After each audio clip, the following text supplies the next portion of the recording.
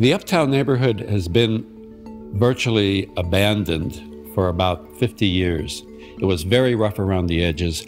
There were gunshots across the street by 7 o'clock at night, lots of drug activity, lots of prostitution at this end of the neighborhood. For all its entrepreneurial success, Pittsburgh is still a poor city. Nearly 24% of its residents lived below the poverty line in 2011.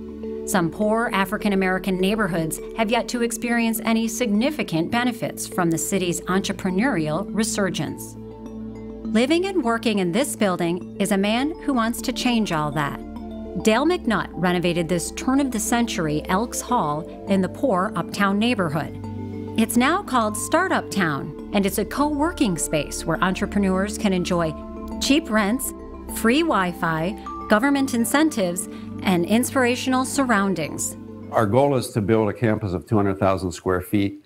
That's at least 1,200 individuals, new young creatives coming into the community.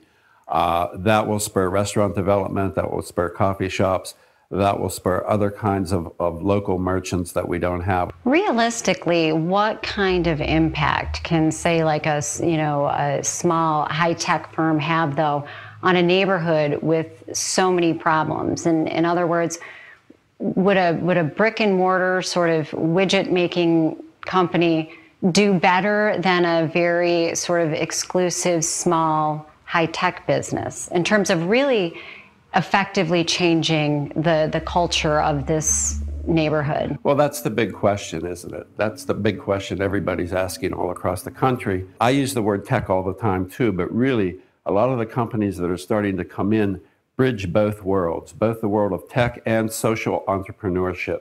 What do you think should drive a company's decision to locate? Should it be the bottom line, or should it be something bigger and more altruistic? Well, we feel that by embedding young entrepreneurs in an underserved community, a different kind of consciousness can emerge. That's not saying it's going to happen. An artist or a designer or any kind of creative individual, and all these companies are creative in terms of the risk-taking that they're embarking on, I think starts to see what the potential is of community redevelopment and how it happens. Working in the basement of Startup Town is Harold Lesser. He's developing optical equipment for detecting natural gas leaks. A former professor at Carnegie Mellon, Harold set up shop here because of the government incentives. What do you think of Dale's whole vision of entrepreneurs sort of saving a struggling area? Well, I think it makes a lot of sense. I think that it's happening. There's no doubt whenever any kind of great new idea comes along, or a kind of initiator, a type of person who comes along who can initiate a wide variety of new projects, it just draws people in from all over the community. Can you think of any examples, though, where people have been a little resistant? Well, there's always growing pains. It's always difficult.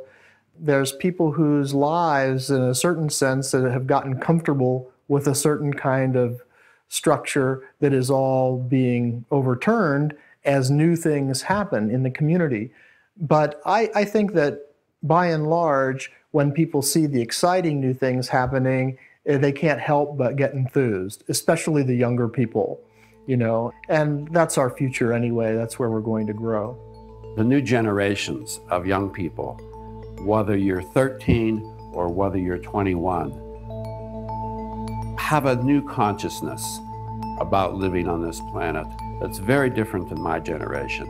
We made a lot of noise. I'm a child of the 60s. This new generation is doing the work. My God, what I have to do is just get out of the way.